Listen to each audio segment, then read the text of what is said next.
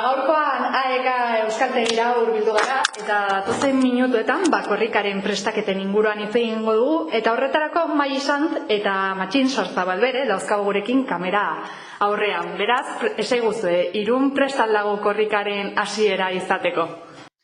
Bai, dudari gabe Irun prest dago, aspaldi prest dago eta ja martxoan sartu garela, ja motorrak bero honezkero. Hori da, hauten ardura berezia duzue antolaketan guzti honen ardian, ezta?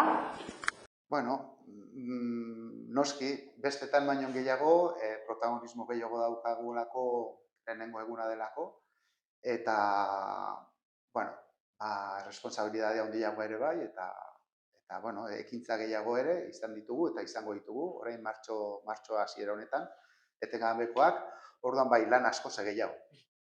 Eta konta eguzue, lan guzti hori euskaltegi baten lan ohikoarekin tartekatzea eta uztartzea erresa da, edo pixka bat nola moldatzen ari zareten? Bueno, erresa da, antolatzea dena bezala ez da, baina bai egia da lankarga handiagoa dela, azkenean irakasle talde guztia dago implikatua, nahiz eta Matxin eta biok ardura berezi batzuk izan, azkenean talde osoaren lana da eta nabari da, hilabete batzutan lana handiagoa dela. Eta konta eguzue martxoaren 14 data berezia izango da, baina korrikaren hasiera hori data horretatik aparteko zerbait luzeagoa edo handiagoa izatea nahi izan duzue, horretarako aipatu bezala ekintza asko antolatu dituzue. Konta eguzue pixka, ze balorazio egiten duzue orain arte egindako ekintza horietaz? Bueno, guk pixka bat txundituta gaude, ni bederen, nolabait ere batzordeak izugarriak izan direlako, laguntzaren aldetik, ez da izan gauza bat gurea esgera bat ere bakarrik sentitu eta babesa oso handia izan dugu. Bai Irungo batzordea eta bai Hondarribiko batzordekideak oso ondo funtzionatu dute eta gero kilometro salmentan ere bai aurten ikusi duguna da jendea oso motibatuta parte hartzeko gogoekin, naiz eta esan naizue kontutan hartu dezagu, denak sartu behar dugula, txikiak izango dira eta ez berdin da, hobeto, benga sei aurrea, eta oso babestuak sentitu gara. Eta nik uste niretzako sorpresarik handiena hori izan da. Korrika egunak antolatu dituzue orain arte, baina konta eguzue pixka, zeintzuk izango dira, hemendik aurrera korrika iritsi arte egingo diren ekintzak. Bai, esan bezala hori korrika egunak antolatu ditugu, bai Landetxean eta bai Larrendin, zoragarriak izan dira, eta azkenekoa daukagu martxoaren 2an Santiagon, horre korrika eguna. Egun berean, hitzgurutzatuen Euskal Herriko 9. txapelketa egongo da, hori, Koxan Elosegi eta Beñat Mugurutzarekin batera aurkeztu genuen, eta uste dugu, oso gauza potentea izango dela hori ere ez.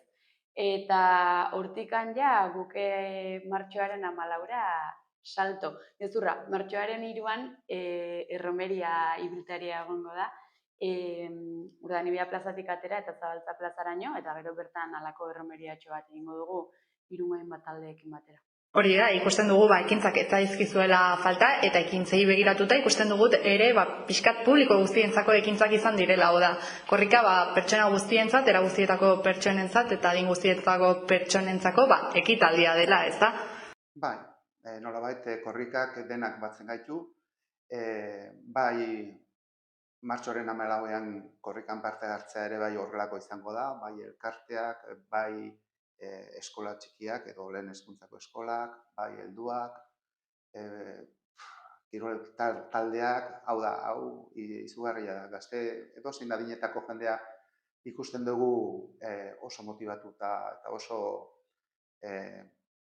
emana, nolabait, korrikan parte hartzera urten, eta gero ez ditugu astu behar, izango ditugun korrika txikiak eta korrika gaztea, eta horre bai, parte hartzea oso handia izaten da, haur guztiekin, eskola guztiek hartu dute parte, eta orduan, kopuru hauntitaz hitz egiten ari gara, parte hartzea, pentsatzen dugu izango dela, inoiz baino gehiago eta behar bada aurten ikusiko dugun gauza berezi edo importantenetako bat hemen gure baiaran.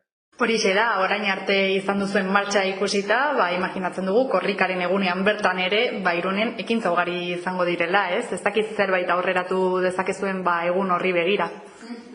Aurkezpen nagusia martxoaren 11an egingo dugu, baina bueno, ia da taldeak eta lehenagotik pixkanaka joan garela botatzen. Orduan, bueno, korrika arratsaldeko 4etan aterako da San Juan plazatik, goizean zehar gauzak egongo dira, oraindik kontatzeke, baina arratsaldean 5 aurrera kontzertuak egongo dira Urdanibia plazan, horri burrunba elektrotxaranga izango dugu, azkenean herritik eta herriarentzat ez hori ari da izaten gure ez dakit eslogana edo. Gero Esne Beltza taldea etorriko da, beraien azken jiran ikusten genuen eta korrikarekin eduki duten implikazioarekin, oso talde potentea izan zitekela, eta gero Bad Sound eta Lagunak izteko, ez? Azkenean herriak ireki eta herriak itxi.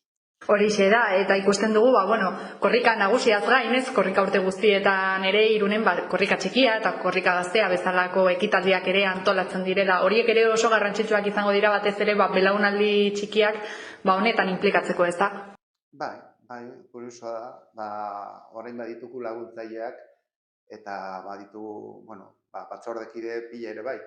Baina hor ikusten da ere bai, beraiek bizi izan dutela txikitan korrika eta ere oroitzen didala, nolabaiteko lotura hori historikoa ere ja badutela korrikatik, jasota korrika txikietik eta bitxia da bai. Eta konta iguzue, martxoaren 14ko ekintza horietan zentratuz pixka bat, arratsaldeko 4etan izango da abiapuntu hori, eta gero aipatu dezakegu, korrikak Irunen barnean egingo duen ibilbide horretan, 2 aldiz pasako dela hiritik, ez? Orduan hori ere berezia izango da, ez? Gainera horten ordutegia ona da, horrek ere esaten zenuten moduan, partaidetzan lagunduko duela, ez da? Bai. San Juan plazatik aterako da, bai. Eta nolabait jetxiko da Nafarroko ibilbidetik, Larrendi atzetikan joango da Euskal Herria hiribidean zehar Lapize aldera edo Elitxu eta Kolone ibilbidera, eta hortikan Hondarrabira joango da, Mendelutik, bai. Ordan Hondarrabetik bueltan bigarren aldiz etorriko da, eta hor berriro Kolonetikan ezkerraldera hartuko dugu, eta ja, joango bera iparralde etorbidetik edo, Hendaia aldera, eta Hendaiarrek buelta manta gero, pausura ere iritsiko da. Orduan, bakoitzak jakingo du nun hasi, eta noraino segi. Horixe da, eta konta diguzue, jendea gogotsu dago, nabaritzen duzue egun hori iristeko irrika dagoela hirian. Bai, jendearen implikazioa lemakinek esan du, oso estuta sentitzen garela, horre egia da eragile pila batekin bildu garela eta denenganek jaso dugula babesa, baina gero norbanako pila bat ari zaizkigu gerturatzen, osteguna da, eta berez asteguna da. Orduan, jende pila bat ari zaigu gerturatzen, zer egin behar da, zertan lagundu dezaket, jo parte hartzea gustatuko litzaidake, eta hori ez, jendearen implikazioak nik uste dut eman digula indarra hau guztia ondo antolatzeko eta ondo iristeko puntu ontara ere bai, azkenean jendearen indar hori izugarria izaten. Hori da, aipatu behar dugu euskararen aldeko ekimena dena, eta bereziki Irunen horrelako ekimenen beharra dagoela esango zenukete edo halakorik pentsatzen aldu zuen? Nik uste dut, realitatea Irunen, Euskal Herriko realitatearen atzekoa dela, leku berezia da, hiri guztiak bereziak dira, desberdinak dira, hor dauzkagu euskararen erabilera zenbaterainokoa den, hor dauzkagu ere bai kopuruak zenbatekoak diran, eta ez dugu ahaztu behar, Irunen euskaldun kopurua milaka batzuk garela. Eta orduan kantitate aldetik asko gara, baina gero erabilera aldetikan, eta hor daukagu hor nolabaiteko elkar ez dakit nola esan, egoera hori, ez da. Eta ikusten dugu, erabilera kosta egiten dela, gero ere jarrera oso zaila izan dugu beti danikan, eta bai kulturalki, bai halako nik uste dut zailtasunak izan ditugula eta ditugula gaur egun, eta gero hirian bertan gauzak euskeraz egiteko oso zaila da. Aurrak behar bada ekintzak eta izan ditzazkete, baina helduok edo eguneroko bizitzan euskeraz gauzak atzemateko edo egin ahal izateko, oraindik pauso hori oso urrun daukagu. Orduan, bidea oso luzea dugu egiteko nik uste. Ea bultzada honek zerbaitetan laguntzen duen, eta pixka bat elkarrizketarekin amaitzeko, konta igazuen, nola biziko duzu edo nola uste biziko duzuela pertsonalki martxoaren 14 hori, korrika behin irundik ateratzen denean, nola sentituko ote zareten? Nik nire kasuan, gero Matxinek bera kontatuko du, lan desberdinak ditugu egun horretarako, nik nire kasuan lehenengo egun horren ardura dut, orduan, nik uste dut 15ean deskantsatuko dudala, baina 14a uste dute ume batek bezala disfrutatuko dudala, baina era berean, hori ez, denbora guztian pendiente, hau egin da, hau ez da egin, ez egin horretorri da, pixka bat, hori ez, orkesta zuzendari lan horiek egiten.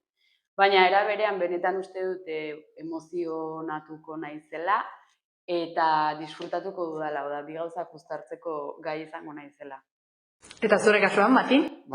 Nik nire ardura gehiago da ibilbide berako harremana estua daukat ibilbidearekin, eta hor zeinik nori eman, dena ondo di joan eta guzti hori horrela bizi izango dut barrutikan, eta pentsatzen dut oroipen eder bat izango dugula denok egun horretan, ez?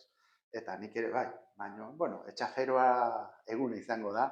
Uste dut 15ean esnatuko garela, eta hurrengo 10 egunetan egungo gara txoro ere diruratuta notitziarekin, eta jarraitzen edozein momentutan nun dago korrika, hau gertu da, biraz imagin politau, eta hori guzti jau, ez? Korrika inguruan daukan magia guzti honekin, disfrutatzen hori. Lehenengo eguna, dudik gabe, tokatuko zaigu, baina lehenengo egun luzea izango da.